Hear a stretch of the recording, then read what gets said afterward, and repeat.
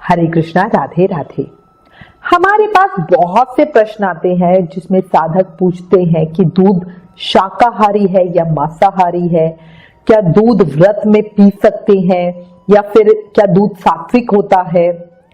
अभी तक तो देखो हम सभी सुनते आ रहे हैं कि भाई दूध में कैल्शियम होता है, प्रोटीन होता है, बॉडी के लिए बहुत अच्छा होता है और एक गिलास दूध कम से कम तो रोज हर किसी को पीना ही चाहिए। पर आज के वीडियो का ये टॉपिक सुनकर कई लोग बड़े कंफ्यूज भी होंगे, भैया आखिर ये टॉपिक आया कहां से, ये बात ही क्यों आई कि दूध शाकाहारी है, मांसाहारी है, सात्विक है कि नहीं है। किसी ने मुझसे कहा कि गाय जो चारा खाती है उस चारे से खून बनता है और उस खून से दूध बनता है और उस दूध को हम पिए तो वो मांसाहार की श्रेणी में आता है।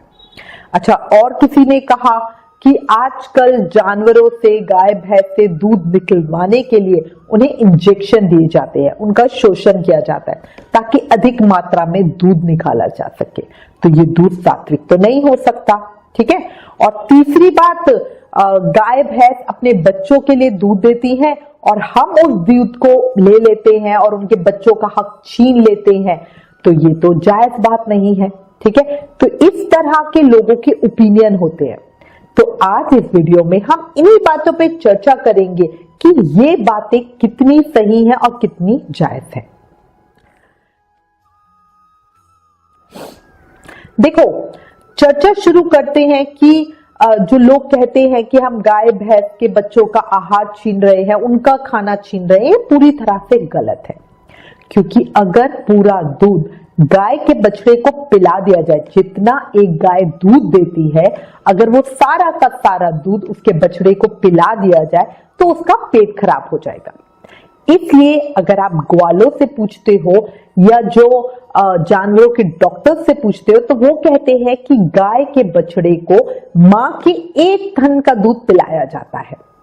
अब आप सोचो, पूरा दूध तो गाय के बछड़े को पिलाया नहीं जा रहा है ना, तो बाकी बचा दूध गाय के थनों में ही अगर हम छोड़ दें, उसको वहीं रहने दें, तो फिर गाय को ब्रेस्ट कैंसर जैसी भयानक बीमारी भी हो सकती है।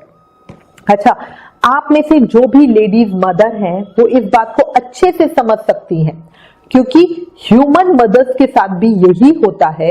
अगर हमारा बच्चा दूध नहीं पी रहा है, ब्रेस्ट फीड नहीं कर रहा है, तो दूध ब्रेस्ट में जम जाता है जो बहुत पेनफुल होता है। साथ ही ये हेल्थ के लिए भी बहुत खराब होता है। डॉक्टर्स न्यू मदर्स को एक्स्ट्रा दूध पंप करने के लिए कहते हैं ताकि एक्स्ट्रा मिल्क को निकाला जा सके और वो ब्रेस्ट में जमे नहीं। आपने अपनी दादी नानी से सुना होगा ना कि छाती में गांठ पड़ गई है, वो जमे हुए दूध की वजह से ही होती है। तो यही वाली बात गाय के लिए भी है।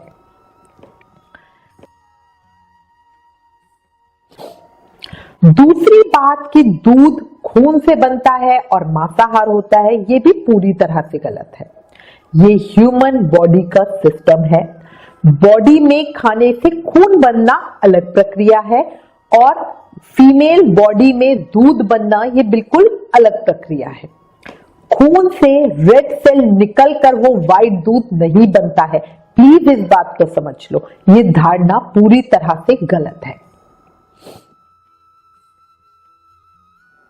अब तीसरी बात, जो कुछ लोग कहते हैं कि गाय का शोषण करके इंजेक्शन देकर दूध निकालते हैं, तो देखो समझो, ये बात हर चीज के लिए है। पीछे टीवी में आया था कि कुछ लोग सब्जी नाली के पानी में साफ कर रहे हैं, सब्जियों में इंजेक्शन लगा के उन्हें पका रहे हैं, उनका साइज बड़ा किया जा रहा है। कुछ लोग नकली देसी घी बना रहे हैं, है ना। आजकल तो आपने सुना होगा प्लास्टिक के चावल और प्लास्टिक की बंद गोभी भी आ रही है। तो ये सब लोगों पर कलयुग का प्रभाव है, बुराइयां बढ़ती जा रही हैं। इसलिए ये जो बात है ये हर चीज के साथ होती है, सिर्फ दूध के साथ नहीं। दूसरी चीज, अगर लोग दूध पीना छोड़ दे तो ऐसा बिल्कुल भी नहीं है कि वो गायों को कुछ नहीं करेंगे, है ना। वो क्या होगा, गायों को काट काट के उनका मांस बेचेंगे, है ना। अगर हम उनका दूध पीते हैं तो इसी बहाने गाय पाली जाती हैं और इसीलिए हम गौशाला का प्रोत्साहन करते हैं कि अगर आप अपने घर में गाय नहीं पाल सकते तो कम से कम जितनी ज्यादा हो सके गौशालाएं बनाई जाए।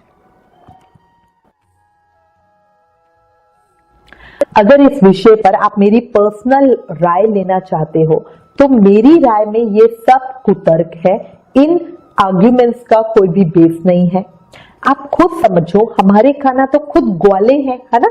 अगर गाय के दूध में कुछ भी प्रॉब्लम होती या इंसानों को वो नहीं पीना होना चाहिए था तो कान्हा हमें तभी बता चुके होते। वो खुद मक्खन नहीं खाते। कान्हा ने अपने जीवन में हमें बहुत सी शिक्षाएं दी हैं।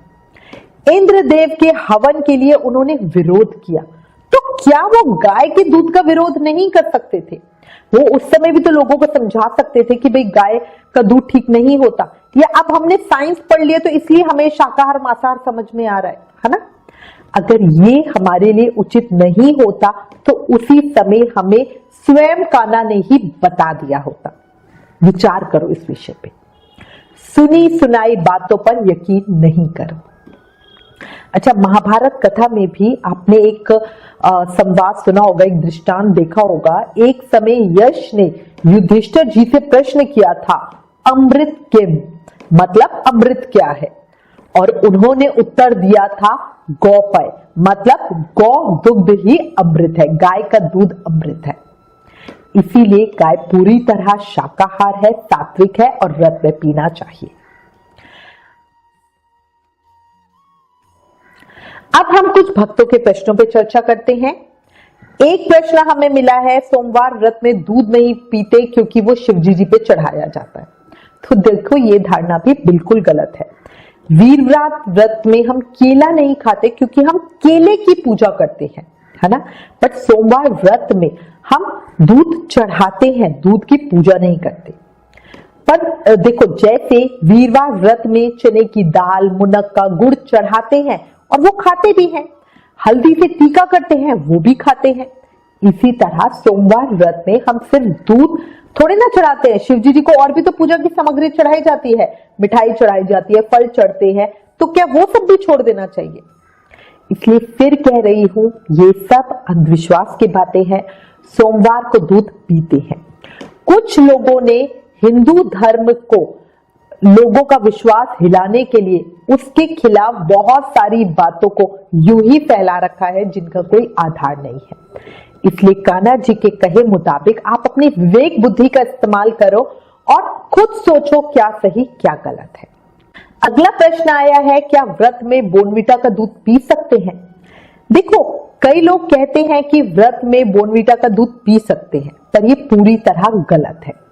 जो बोर्नवीटा बनाया जाता है ना, उसका बेस अन्न होता है, वो व्रत में नहीं पीते हैं। दूसरी बात, व्रत में चॉकलेट भी नहीं खाते हैं और बोर्नवीटा में चॉकलेट होती है। अब जो कई लोगों की परेशानी है कि वो प्लेन दूध नहीं पी सकते, तो वो दूध में इलायची या केसर मिलाकर दूध का रंग और टेस्ट बदल सकते हैं और फिर उसको पी सकते हैं। बोर्नवीटा मिलाने की क्या जरूरत है? बोर्नवीटा सिर्फ आर्टिफिशियल है, उसमें कुछ भी हेल्थ बेनिफिट नहीं है। एक प्रश्न आया है, क्या व्रत में फ्रूटी पी सकते हैं? नहीं, व्रत में फ्रूटी नहीं पीते हैं। कहते हैं कि फ्रूटी आम बेस है, पर ये होती केमिकल की है, इसमें नमक भी होता है।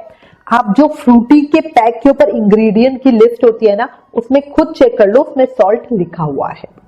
एक प्रश्न, व्रत में शहद लेते हैं क्या? तो देखो, कई व्रत में शहद खाना मना होता है। जैसे कार्तिक महीने में जो हम पूरे महीने का व्रत करते हैं, उसमें लिखा है कि हमें शहद नहीं लेना, पर पंचामृत में हम शहद डालते हैं। इसी तरह नवरात्रि में भी हमें शहद नहीं लेना होता, पर देवी कात्यायनी को शहद बहुत प्रिय है, इसलिए उन्हें शहद का भोग चढ़ता है और फिर भक्त शहद का भोग लगाते भी हैं और प्रसाद के रूप में खुद खाते भी हैं, है ना। तो ये होता है। अच्छा, ये टॉपिक ही कहां से आया कि व्रत में शहद खाएं या ना खाएं? वो टॉपिक इसलिए आया क्योंकि जो शहद की प्रकृति होती है, उसका नेचर होता है, वो गर्म होता है।